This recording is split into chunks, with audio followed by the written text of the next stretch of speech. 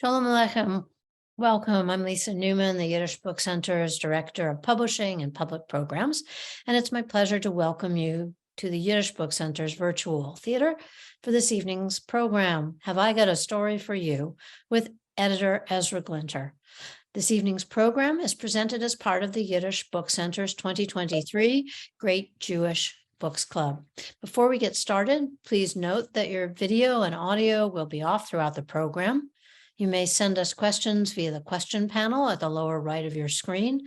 We ask that you keep questions short and also refrain from comments so that we can get to all of the questions this evening. I'm delighted to introduce this evening's presenter and my new colleague, Ezra Glinter. Ezra is the Yiddish Book Center's senior staff writer and editor. He's an award-winning writer, editor, translator, and biographer. Born and raised in Winnipeg, Manitoba, Ezra attended McGill University and New York University, where he received a master's degree from the Arthur L. Carter Journalism Institute in 2011. For 5 years, Ezra worked as a deputy culture editor of the Forward newspaper, where he edited Have I Got a Story for You, a landmark anthology of Yiddish fiction and translation. In addition to the Forward, Ezra's writing has appeared in the New Republic, the Boston Globe, the Los Angeles Times, the Paris Review, the Walrus Magazine, and the National Post, among other publications. He's currently writing a biography of the 7th Lubavitcher Rebbe Menachem Mendel Shearson for Yale University Press. Welcome, Ezra. Thank you, Lisa. Great, thanks. Great to see you. Over to you. Okay, so I'm going to be speaking this evening about this anthology, Have I Got a Story for You, which came out a few years ago, and which I believe many of you are now reading as part of the Yiddish Book Center's Great Jewish Book Club. It is quite a pleasure to be speaking to an audience, some of whom at least will actually have read the book or a part of it, which is not the usual experience for an author. I'm going to start by giving some background about the history of the Forward and its founding editor, Abraham Kahan. And then I'll talk a little bit about the fiction aspect of it, the fiction that the Forward published over its history, and the fiction that made its way into this anthology. So we're going to start our story in 1882. That was the year in which there was the very first Jewish socialist meeting on the Lower East Side of Manhattan. It was organized by an organization called the Propagandaverein, propaganda not really having the same pejorative connotation that it does today. But this was a very interesting time in Jewish history. The previous year, the Tsar of Russia, Alexander II, had been assassinated by a group of anarchists, and that event set off a wave of pogroms throughout the Pale of Settlement in the Russian Empire, where most of Eastern European Jewry lived. And that caused a wave of mass migration, mostly to the United States, largely to New York City, and in large part to the Lower East Side. Over about the next 40 years, between 1880 and 1924, somewhere around 2.5, maybe as many as 3 million. I don't think anybody knows the exact number, but a few million Jews made their way from Europe to the United States. So this is right at the beginning of that period. And let's picture for a minute, what the neighborhood looks like. Right now, I don't know if any of you have visited recently, but it's a nice place. It's gentrified. It's full of bars and clubs and restaurants. It's very expensive to live there. That wasn't the case in 1882. It was packed, full of immigrants. Many of you, I'm sure, are familiar with some of the pictures from that period, the tenements, people just living, right on top of each other. And not only were they living there, they were working there. There were it was not just residential, it was not just commercial, it was also industrial. There were sweatshops being operated in the neighborhood, often out of people's homes. And It was really the kind of situation that we now have zoning laws to prevent. It wasn't safe, it wasn't sanitary. Most of us would really probably not like to have lived there or to be living there now. In other words, so the working and living conditions were not great. And in response to this, these immigrant Jews who were arriving by the boatload started getting together to try to improve their conditions, as in this first meeting. They worked long hours, you know, in their sweatshops or in other businesses, but at night they would get together, they would attend educational events, they would attend talks, they would attend activist meetings, and they helped build what became the American labor movement. It's thanks to them that we have things like the weekend. And at one of these very first meetings, a guy showed up at the back, and his name was Abraham Gahan. Now, we now know after the fact that Gahan would go on to become a great editor, a great newspaperman, a great journalist, an author of fiction in English. He wrote a novel called The Rise of David Levinsky that some of you may have heard of or read. He became a very important person and a very successful person in the history of American Jewry. But at that point, none of that had happened yet. He was himself a greenhorn. He was fresh off the boat, and he was just showing up for the first time at one of these meetings. When you look at Gahan's life, it is actually fairly representative in a lot of ways of the lives of many of the Jews of that time, and especially of the writers and intellectuals. He was born in 1860 in or around Vilna. He had a religious upbringing. He went to Cheder. He went to a yeshiva for a while. He describes himself as being, on fire with religion around the time of his bar mitzvah. But then he discovered literature, he discovered politics, he discovered secular life. And like so many others around that time, religions fell by the wayside. He attended a teacher's college, a Jewish teacher's college in Vilna. And perhaps more importantly, he fell in with a group of anarchists, an underground cell of anarchists that he was really taken by. In his autobiography, he describes the feeling, that everyone was brothers, that there was no difference between Jew and Gentile. It was totally revelatory to him. And he was totally swept away. Later in life, or over the next several years, he would struggle between, whether his political allegiances should lie with anarchism or if they should lie with socialism. And eventually he, decided in favor of socialism. But at this time, that distinction, I don't think made much difference to him. He was just swept up in this revolutionary fervor. Unfortunately, what he was doing was illegal. And eventually there were members of his group that got arrested by the police. They came looking for him. They searched his room. Apparently they found a copy of Marx's Capital, and he convinced them that it was a book about business. But they told him, don't go anywhere, you've got our eye on you. So he decided that it was probably a good time to pack up and leave, which he did. And he joined this huge wave of immigrants that were heading west through Europe to America. Unlike many of them, he wasn't fleeing a pogrom. He was, fleeing political persecution, but nonetheless, he was part of this gigantic wave of mass immigration. At this time, when he arrived, and when his first job, I think, the job he was doing when he, started showing up at political meetings was working in a cigar factory on Fifth Avenue, I think called Stackelberg's or something like that. Eventually, he would learn enough English and he was to teach it, and he would start teaching English to other immigrants, and that would be his job for well over a decade. But again, at this point, he was himself brand new. So he was standing in the back of this room and people were giving speeches. And they were giving speeches predominantly in Russian, which is an interesting point historically. Back then, the Jewish immigrants from Eastern Europe were actually often thought of not even as Jews, but as Russians. They were coming from the Russian Empire, mostly. although they were not coming from the area that is today the Russian Federation. They were coming from what is now, they weren't allowed to live there. That was, the whole idea behind the Pale of Settlement.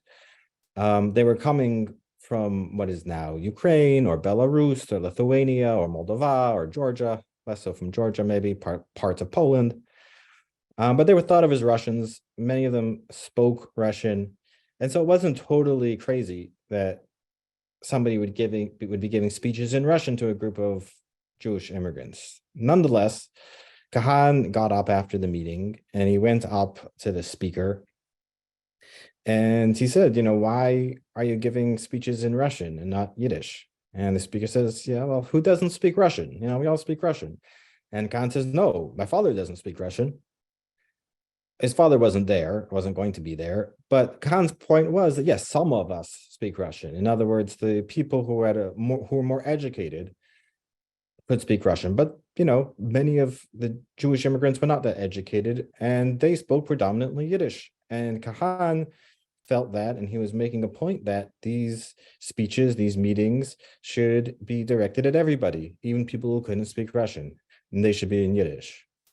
So Kahan, even though he himself at that point was not really super well educated on the ins and outs of political theory, nonetheless, he started giving these speeches himself in Yiddish.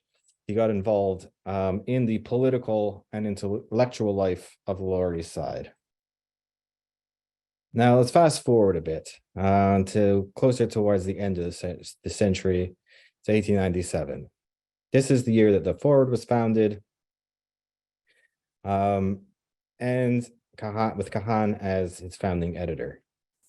Now, the Forward was not the first Yiddish newspaper in history. It wasn't the first Yiddish newspaper in the United States or in New York, but it did turn out to be the most successful and the longest lived. Kahan had been involved in a few previous attempts to create a Yiddish newspaper. He got together with a friend of his, I think in around 1886 or thereabouts, to try to create a newspaper. It lasted 4 issues and then folded. And then he was involved with another weekly newspaper called the Arbeiterzeitung, the workers' newspaper. For a longer period, he had a bit of a rivalry with the editor there who preceded him, a guy by the name of Philip Krantz, who was a fascinating character in his own right. He wrote all kinds of popular books, popular histories in Yiddish, really a character of his own. He and Kahan did not get along. Kahan would make a career of not getting along with people. But the problem with the Arbeiterzeitung, this earlier newspaper, was that it was published by an organization called United Hebrew Trades, which was a sort of conglomeration or an alliance of Jewish unions. And for reasons that you really have to, that are frankly very confusing from the vantage point of many, many decades, more than a century later, there were political differences between the editors of the newspaper and their publisher. So eventually the editors decided, you know what, we're going to ditch our publisher. We're going to start our own newspaper. So that's what they did. That became the Forward. And many of you know, I'm sure, that in Yiddish, the Forward is not the Forward, it's the Vorwärts. But that itself is a funny story because Vorwärts is not Yiddish either. The name was taken from a German social democratic newspaper in Berlin, whose name I'm not going to try to pronounce in German, but it's the same word in Yiddish transliteration or Yiddishized. And at some points in the newspaper's history, it actually had a slogan, or not probably not an official slogan, but it went Vorwärts meint voraus, which means forward means forward. In other words, explaining what the name of the newspaper actually meant in Yiddish, in this real Yiddish word. Nonetheless, that's what they decided to call it. They called it the Vorwärts, and it took off. Kahan wasn't there for long, though, at least not at the beginning. He he had some very specific ideas about how he wanted to run a Yiddish newspaper, and not everybody agreed with him. And they went, and even though he was the first editor, he didn't have absolute control or power yet. So he quit in protest. And he spent the better part of the next 5 years or so away from the Forward, pursuing his own career in English language journalism and literary writing. He worked for American, New York English language newspapers. He was a staff at a newspaper called the Commercial Advertiser, which was a reputable newspaper despite the name. And he published stories in mainstream magazines like The Atlantic, like Cosmopolitan. He was a success. He was a successful writer in English. He also learned things during that time that he would later bring back to the Forward and to the Yiddish press. Now, American journalism at that time was not as professionalized as it later became, but it was developing. It was on its way there. It was becoming more about reporting news and not just an outlet for different political parties or factions to air their views, which is essentially what the Yiddish press had been until that point. At the Commercial Advertiser, Kahan learned to actually report stories, to go and interview people, to use the telephone to interview people, to report the news, and not just to opine endlessly on whatever he thought was happening. So eventually he did come back to the Forward in 1902. He left again for another few months, came back again. But from then on, he was given the power and the control that he had sought from the beginning. And he basically ruled it for about the next 40 years or so. Now, in addition to bringing this journalistic know-how and technique back from the English language press, Kahan had other ideas about how he wanted to run the newspaper. Many of the ideas that he instituted are us very familiar. They're basically part of what we expect a newspaper to be, but that wasn't the case then. So, for example, over time, recipes. The Forward had recipes. That was not the usual thing. And she had things like comic strips. It had famously the Bintel Brief Advice column, which I'm sure many of you have heard of.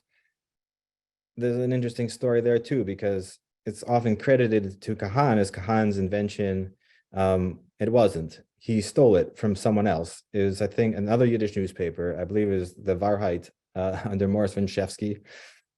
He stole the idea in grand journalistic tradition, but he was the one who made it a success.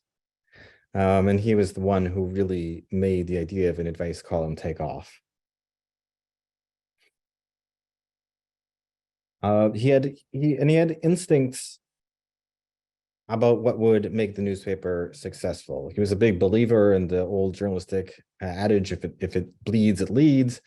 The front page of the newspaper was constantly filled with murder and mayhem and all sorts of sensationalistic stories.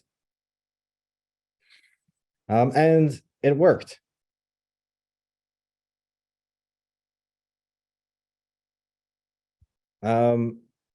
One of the most interesting things that I came across doing the research for this anthology, or one of the things that piqued my interest, was a contest that the newspaper held in 1913 for the 100 healthiest babies on the Lower East Side. You could enter your baby in a contest run by the newspaper, and if you won, your baby got their picture in the paper. And I'm not sure what other prizes might have been an offer. Maybe you got free baby food. I'm not sure. But nonetheless, these were the types of things that Kahan was doing to try to build the readership, sell the newspaper, make it a success. Now, Kahan had multiple aims going on, I think, simultaneously. There was an end in itself here. He wanted the newspaper to be a success. He was a journalist. He was an editor. He wanted to succeed. He didn't want to fail as some of his other previous undertakings had. He had ideas how to make that happen, and he was right.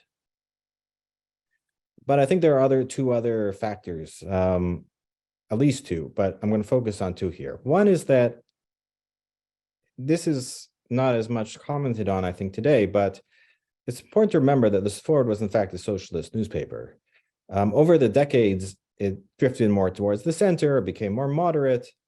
So, I think this part of its history is a little bit overlooked or played down, but at least certainly in its first few decades, it was definitely a socialist newspaper. It was definitely on the left. It was fairly radical.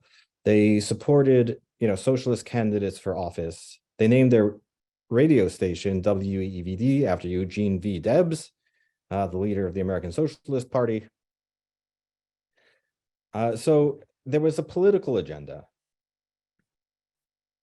Khan would, over time, take a lot of flack, a lot of criticism over his politics. The others on the left felt that he was too malleable, he was too flexible, he was not strong enough in the cause. And there was merit to that criticism. As I said, the Forward did drift towards the center. It became more moderate as time went on. And Khan also was willing to compromise in certain ways in order to expand the appeal of the newspaper, nor to reach more people. So, for example, he didn't want to alienate religious readers. Socialism, Marxism, of course, was fairly hostile towards religion. Many socialists were hostile towards religion. Khan didn't want the paper to be like that. It wasn't going to be a religious newspaper, but he didn't want to, alienate or anger religious readers. He wanted them to be able to read it as well and to be comfortable reading it. So compromises like that, as well as others down the line, brought some criticism, some ire from others on the left. Nonetheless, it was a leftist newspaper. You can see it, especially in the early years, and it had a political agenda. The other thing, which is much more commented on these days, I believe, is that Khan wanted to help his readers acclimate themselves, acculturate to American life. He himself had been a greenhorn immigrant in the early 1880s, when there was no such newspaper to help him, and there was no established community to help him. He managed to make it. Others didn't. Others turned around and went back to Europe. But he wanted the Forward to be able to help new immigrants and not so new immigrants acculturate to American life. And that was the idea primarily behind the Bintel brief, that people could write in with their problems, or not just their problems, they could write in with their questions about things that they were unfamiliar with, whether or not to allow their kids to play baseball. Khan said, yes, you can allow your kid to play baseball, that's fine. And he got criticism for that too. You might wonder why that would be a bad thing, but the criticism has been made, or the argument has been made, and in fact, I've made it myself in the past, that the Forward sowed the seeds of its own decline by helping its readers acculturate, by helping its readers learn English. One of the subscription bonuses that it gave out was an English-Yiddish dictionary by Alexander Hakavi to help people learn English. So by helping people learn English and become Americanized, then eventually they didn't need the Forward anymore. They didn't need a Yiddish newspaper. I'm not so convinced by that argument any longer. I think that, a second generation, a third generation would have been English speakers regardless. The end of open immigration in 1924 definitely helped do in the Yiddish press to a large degree. I don't think that any of that would have been particularly different had the Forward taken a different tack. I think it would have happened more or less anyways. However, the one angle of criticism came from the literary and eventually the Yiddishist community over the Forward's treatment of Yiddish. Primarily in its early decades, certainly, the Khan and the Forward had no real stake or no real intrinsic interest in either the quality and certainly not the the future of the Yiddish language. They were producing a Yiddish newspaper because that's what it was, and because there was a Yiddish-speaking community that needed it, that needed a newspaper to read. But they weren't out with a specific agenda, a specific goal to improve the Yiddish language or to further the Yiddish language, promote it, help it survive, etc. They didn't care about any of that. Later on, as their readership declined, and as they had hard times of their own, they came to care about that much more. But even relatively late in the day, there was an incident. Some of you might know when exactly this happened. So the 60s, maybe the 70s. They were picketed by a group of Yiddishists because of the atrocious quality of their Yiddish. They use a lot of English. They use a lot of Americanisms. Reading the old newspapers, it's a funny experience. You come across words that you just are puzzling over, like, what is this? Until you realize that it's not Yiddish. It's just a transliterated English word, which is why it seems so unfamiliar. The forward is full of that. So Kahan's leadership from the beginning and throughout his career, was not without controversy. Lots of controversies, always. But again, he was successful. The numbers really bore him out. Within 2 months of taking over, the readership was up by 2,000, then it doubled in the next few months, went to 50,000, went to 100,000 in 1910. They built a building on the Lower East Side of New York, which is still there today. I believe it's now condos, but it was a 10-story building, a veritable skyscraper of its time. And by the mid-1920s, which was really the high point of circulation, the Forward had there are different estimates, more than 250,000 daily readers, for sure, which made it one of the largest newspapers in America, period. And certainly the largest non-English language newspaper of its time.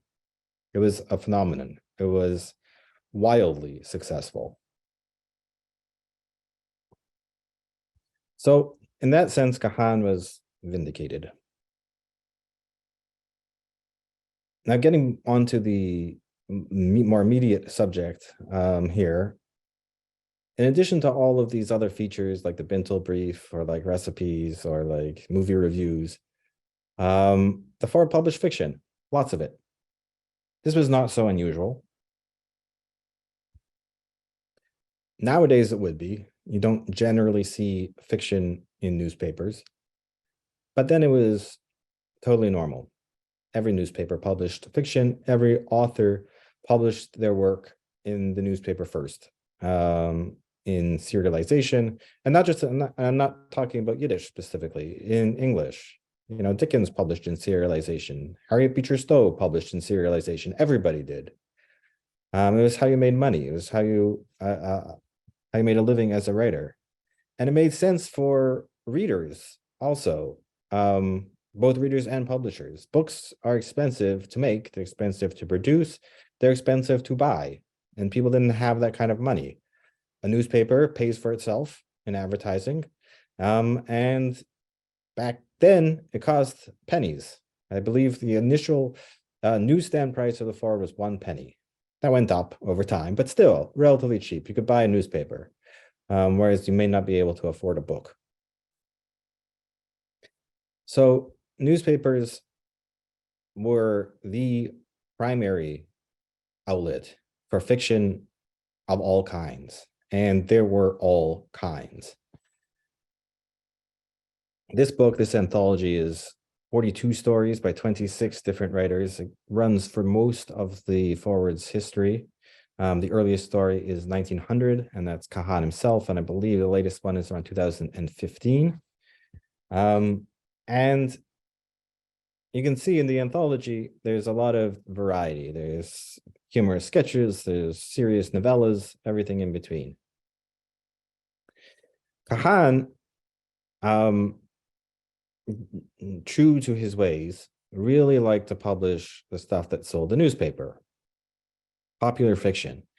when he came in at the beginning, for its first 5 years or so, the main fiction that the Forward published was world literature in translation, like Tolstoy in Yiddish translation, which is great.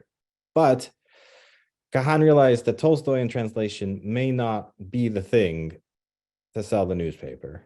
So he started getting forward staff writers to start writing their own work or in Yiddish for publication, for serialization, for publication.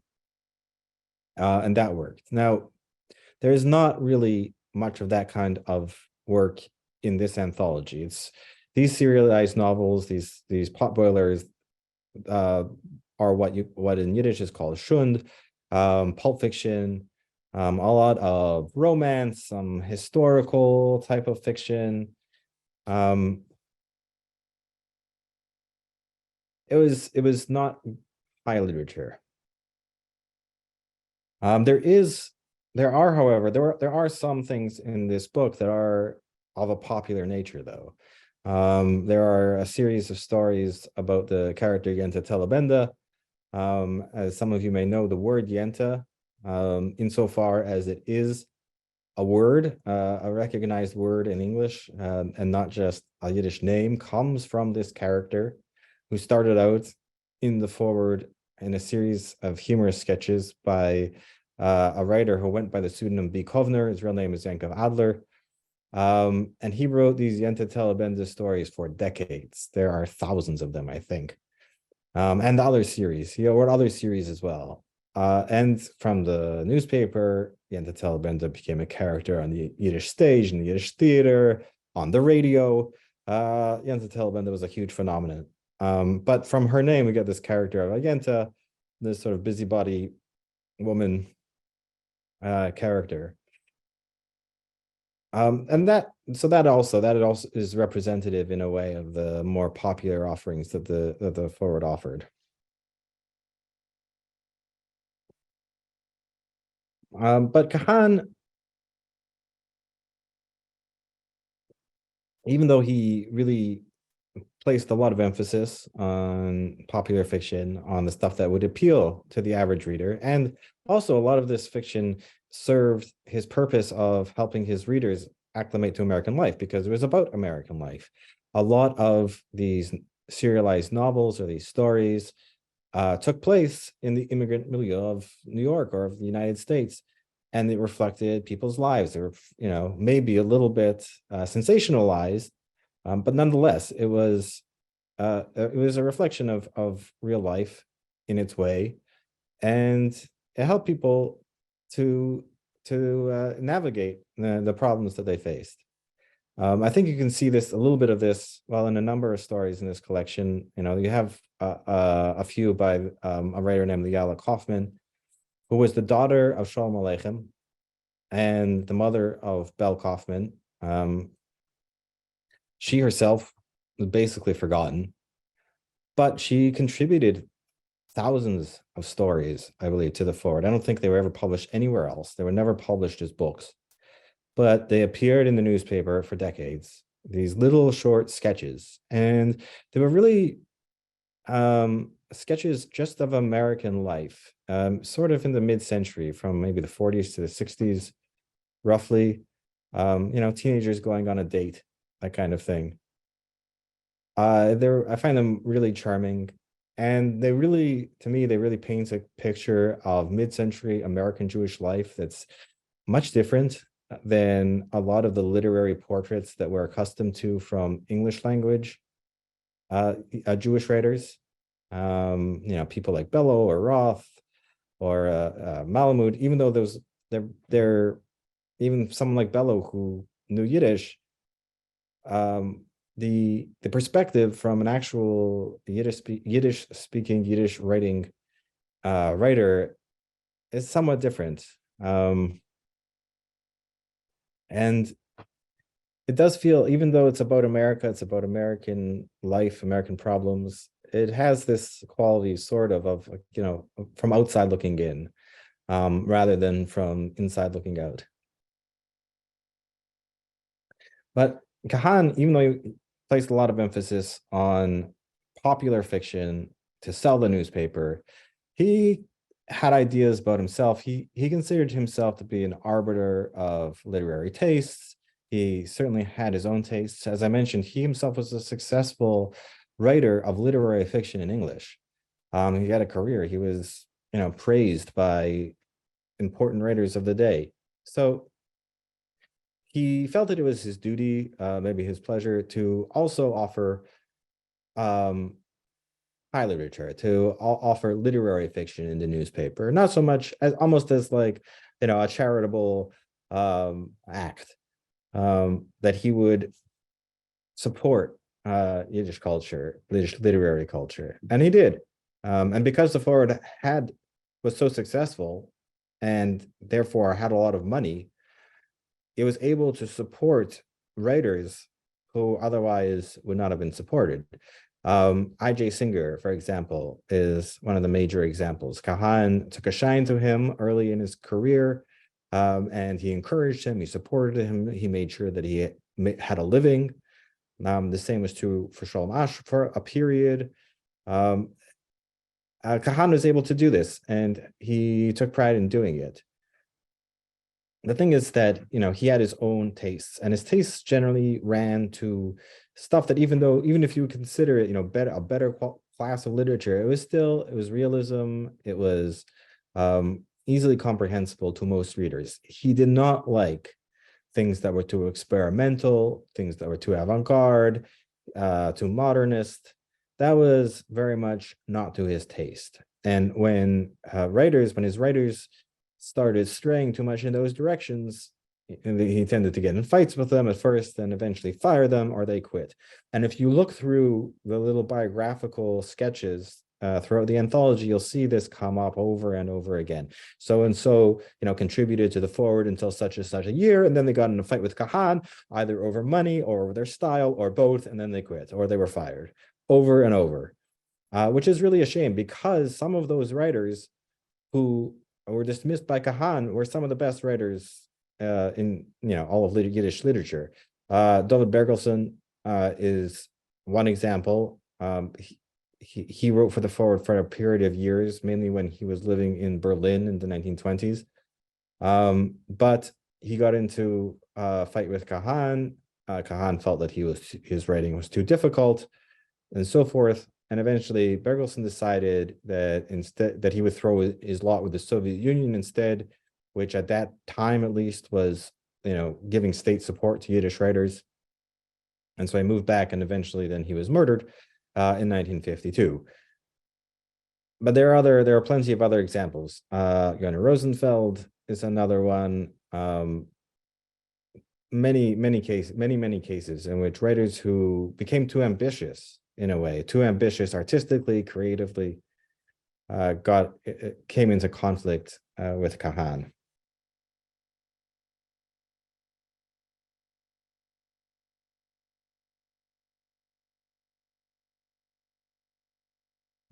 But that shouldn't really, one of the questions that I thought about and that I've been asked about in this anthology is, to what degree do these contents in fact reflect Kahan's taste? He was basically the dictator of the Forward for his tenure, and he was described as such.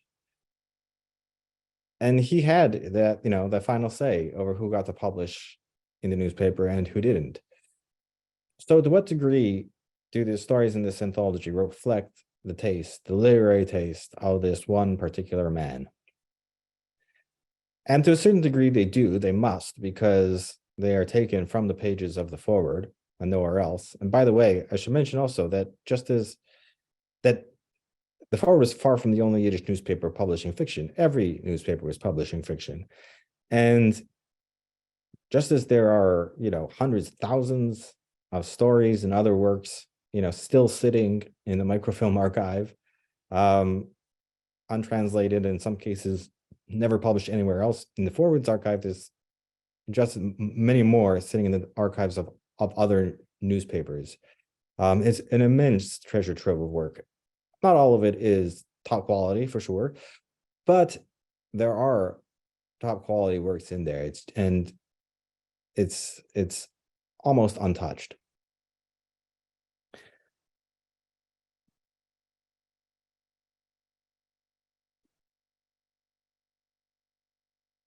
However,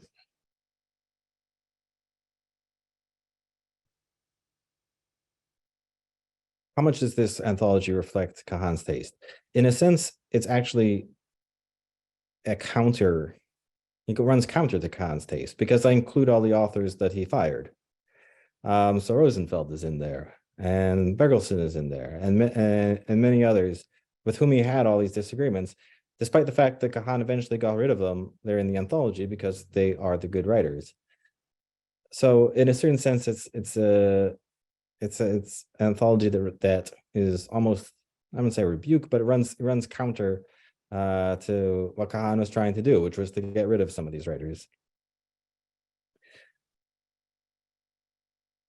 But the ones that he did like, he liked Israel Joshua Singer, the older brother of Isaac Bashevis Singer. He liked him a lot. And I think the story that's in this collection, Stansia Bakhmat's Station, which takes place during the Russian Civil War after World War I, is one of the best pieces in the collection.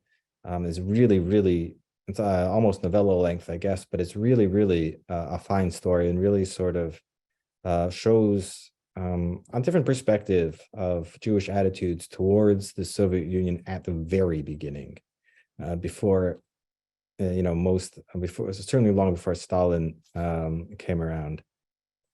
Another writer that Kahan liked a lot was Shalom Asch, and there's a long story in here by him, The Jewish Soldier, which is remarkable to me for the following reason. It was published in the fall of 1914, and it's about the First World War.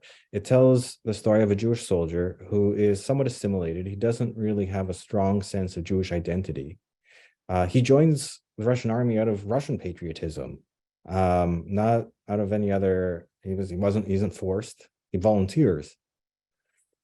But all of his feelings, all of his certainties, they're all tested during the conflict. He sees other Jews, religious Jews, being abused by his fellow soldiers, by non-Jewish soldiers, but then he experiences this sort of moment of just unity and before they go into battle. It runs the gamut of it's a whole emotional odyssey for this character. But it's remarkable that it was written and published in the fall of 1914. So really just months after the war began, which means that Asch was writing it and readers were reading it in real time while these events were taking place. And even though, this was an American newspaper with primarily an American audience, it was definitely read abroad. And even for the American readers, everyone, these are immigrants, everyone had family in Europe. These were, their own family, their own parents, their own siblings, in some cases, their own husbands or wives that he was describing. So I think it's really quite a powerful work. Not only it remains powerful even without this, but when you consider the context in which it was published and the time in which it was published, it really takes on a very special meaning. I'm going to wrap up in a minute here. But to sort of dwell on this idea of context,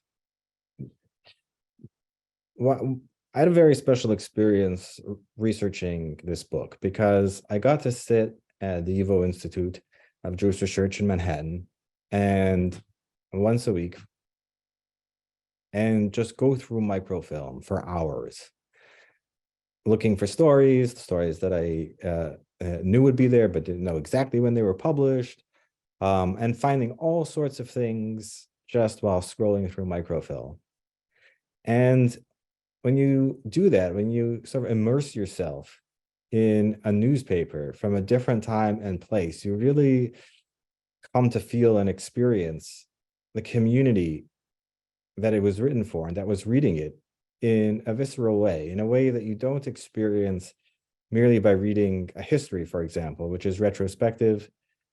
This is real time. This gives you a sense of being part of that community, the community that is reflected by and created by the newspaper. Fortunately, it's an amazing thing that you don't actually have to go to YIVO to read the forwards or many other Yiddish newspapers. You can go online and go to the Jewish Historical Press Archive, which is quite an amazing project, and read many, many Jewish newspapers in Yiddish and other languages.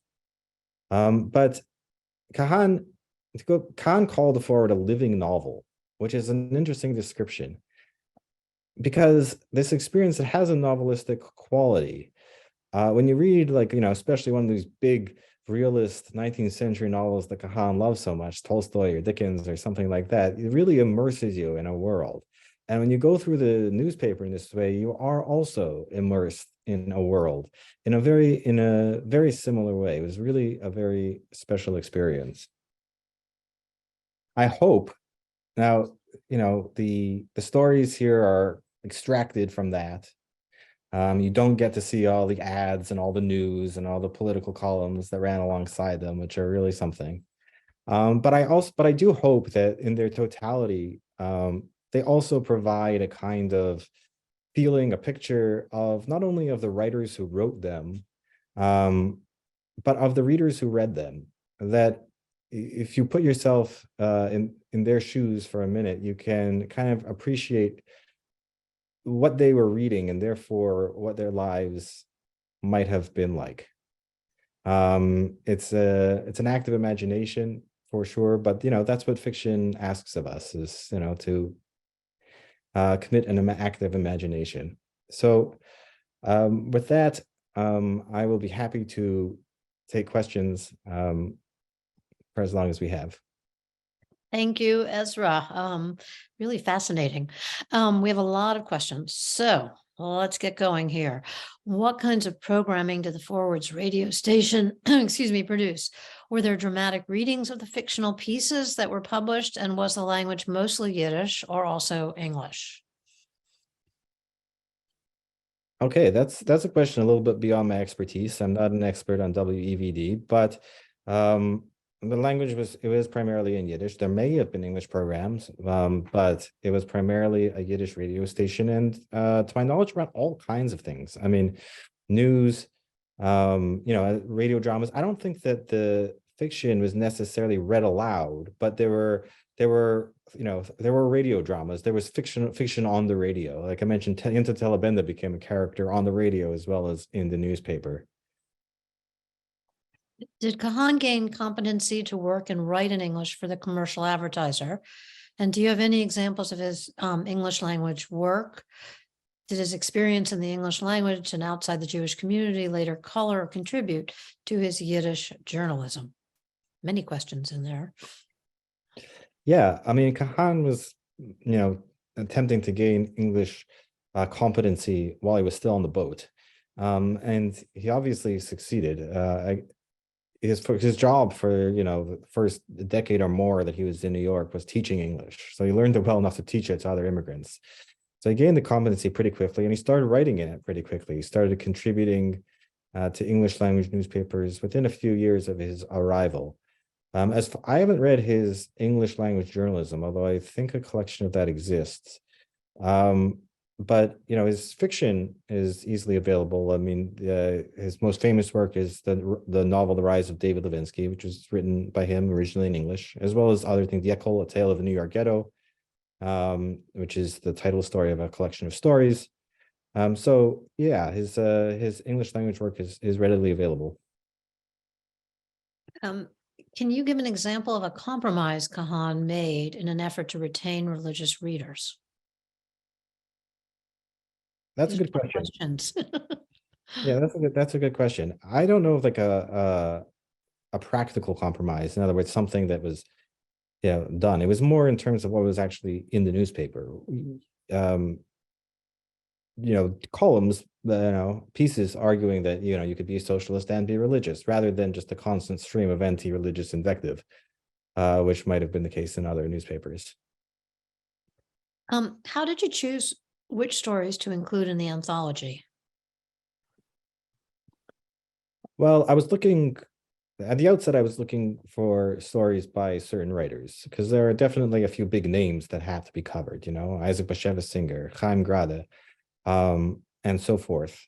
So I was trying to figure out um, primarily what they had published that was still untranslated, because I didn't want to just republish something that was already available. I wanted to try to contribute something by translating or having translated a piece that had not yet been. So I went searching for those pieces, and in some cases there weren't too many of them. But along the way, I discovered all sorts of writers that I hadn't heard about or didn't know about. I read the Forward's Lexicon, which is a biographical dictionary of all or of many writers who contributed to the Forward, which educated me about many writers I didn't know about. And there were many just finds along the way. Again, just scrolling through microfilm, I come across something. I was like, oh, that looks interesting, and some of those pieces made it in. Along the same lines, who translated the stories? Oh, Someone's out. we have a whole array of translators. They're all listed in the back of the book. They are who's who of Yiddish translators working today, more or less. Many of them alumni of the Book Center's translation fellowship, as I am. A wonderful program, and if you're a translator, you should apply to it. But yeah, it's I reached out to people who were and I tried to find people who already had a connection to the work in question. So if someone was already translating, so I found that Rachel Minas was already translating Yona Rosenfeld, so I got her to translate Yona Rosenfeld, and so forth. This is fascinating, says one attendee. Was the forward also being circulated, however that was possible in Europe, especially during the 1920s heyday? Also a good question. I don't know how widely it was circulated. I mean, it had obviously stiff competition. It would have had stiff competition in Europe from European Yiddish newspapers. There were a lot of them. In Warsaw, there were two big ones, der Moment and Heinz, and there were, as well as other smaller ones, and every city had its own. So I don't think that the forwards, I mean, it might have been available, but it wasn't really daily reading, I don't think, for European readers. And other places it would have been, like in Canada, for example, or it would, even though there was also a Canadian Yiddish newspaper, still the Forward was big and it was close, and so there were readers there. But Europe had its own newspapers. What about women? Was Kahan open to women writers and their stories? Would you call the stories by women in this collection of good quality? Sorry. The answer to that is yes and yes. Yeah. Kahan was open to women writers. In fact, he perceived women writers as being important, again, to sell the newspaper, to reach readers. He wanted to be able to address readers' concerns, and he thought that women would be better able to address women's concerns, or and there's definitely a certain amount of sexism or misogyny behind some of these assumptions, like, oh, so women can write about domestic issues, or they can write about romance, or whatever. I'm not saying that there's necessarily the most enlightened attitude, but he did value women contributors, and in some cases they even advertised the gender. I mean, they made a point to highlight that that there was writing by women. Did the fiction lean socialist? In some cases. I mean, you see that this is a story by Morris Rosenfeld, who's better known as a poet, but it satirizes a Jewish landlord. Yeah, it's a sweet story because it is sort of empathetic and sympathetic towards this character, but at the same time, it's a satire of this, nouveau riche, or attempting to be nouveau riche landlord. There was certainly a lot of didactic fiction going on, but it wasn't limited to that. I mean, there was just good writing, period, throughout the Forward's history. Did Sholem Moshe and Isaac Babel know each other's works? Asha's stories remind me of Red Cavalry. I don't know 100%. I can only imagine that Ash and Babel. I don't know. I don't know about the other way around. It seems likely they were both pretty famous in their time, so but I can't say for sure. Um, Somebody we work closely with is telling us that her parents read over 3 decades the forewords in Paris. So that answers that question. Some people were reading it abroad. How and when did you first learn Yiddish and become interested in studying Yiddish literature? My father is a native Yiddish speaker, so I grew up hearing it. He spoke it with my grandmother. I didn't learn it. I did actually have Yiddish classes in elementary school, which is fairly unusual. But I wouldn't say that I learned it in elementary school. But as an adult, it was something that I always wanted to do. And at a certain point, I decided, okay, I'm just going to do it already. I got myself a tutor, and I learned some Yiddish. I'm not the most fluent person in the world, but I can read and I can speak to a degree. And there's always room for improvement. Yeah. This one comes from a relative of, it's my great uncle, Avram Raisin, wrote for the foreword. Do you have any idea what in current, this is another tough question, what in current dollars he might have been paid for his story? I do recall my grandfather, Avram's brother, supporting Avram and his sister Sarah. Wow. Okay. Yeah, and there's a story about Avram Raisin in here, of course. Another one of those big names that had to be included, and he contributed to probably hundreds of stories to the forward. I don't know in dollars, but the forward's payment from the forward, especially if you are a regular contributor, if you were on staff, was a big deal, especially if you were in Europe. That was true of like I.J. Singer before he immigrated to the United States. It was true of other writers. If you were getting a salary or money paid in American dollars from the forward, that can make or break your entire livelihood. So it was the money they paid was not inconsequential. Mm-hmm.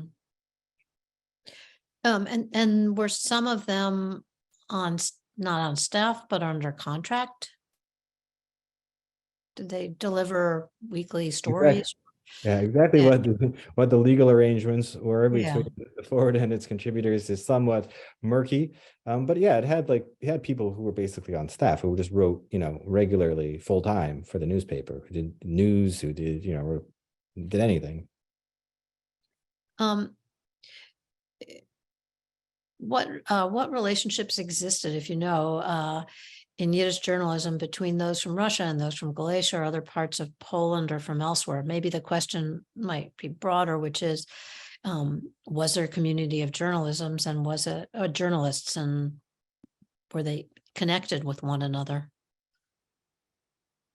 I'm not really certain exactly what the question is because I don't know what time period you're asking about, or which communities exactly you're referring to. So I don't know. There were, definitely a lot of connections within the Yiddish speaking world of Europe, but then there were also, political barriers, between the Jews of the Austro-Hungarian Empire and the Russian Empire, for example, that sometimes made that communication difficult. But I don't know exactly when or who you're referring to. So All right, and I think this will be our last question. Do you foresee a second edition of this anthology with? I don't know if by second edition you mean Or I mean, yes, I think what they're asking is, volume. will there be another volume of new work in translation? I think is what they're trying to ask. Yeah. It would be wonderful if that were to be the case. There is more than enough material to go into more than 2 volumes, but I don't see that happening in the near future, unfortunately. Well, we're all very delighted that you got out the anthology. It's a great collection of work. So thank you for that, Ezra. For all of you who are in attendance this evening, it's nice for you to get a chance to see Ezra Glinter, the man behind the Weekly Reader, up close and personal. So thanks so much for joining us, for all of your contributions to this and to everything that you're working on at the center. It's great. So thanks again for joining us this evening. Thank you, Lisa. Thank you all for being here. Thanks. I'd also like to thank our producer, Elizabeth Carteropoli, who behind the scenes make all of this happen each week. Tonight's program is part of an ongoing series of programs brought to you, as I like to say, live from the Yiddish Book Center. We hope that you'll join us next Thursday, March 23rd, for When Yiddish Was Young in Israel with Shocker Pinsker. To see the full schedule of events and to register for our programs, visit yiddishbookcenter.org/events. I'd also like to remind you that tonight's program was brought to you by the Great Jewish Books Club. You can purchase a copy of this book and the other books that are part of this year's book club selections by visiting shop.yiddishbookcenter.org. To get more information or to join and participate in the book club, which is free to all, please visit yiddishbookcenter.org/book-club. We suggest you try to include friends and family because it's a nice way to read together and discuss. So we look forward to welcoming you back. Thanks to all of our members whose ongoing support makes all of our work possible. If you want to learn more about how you can join and support, please visit yiddishbookcenter.org/donate. That'll take care of all of the URLs I'm sharing with you. Thanks again for joining us this evening and look forward to seeing you next Thursday. Take care.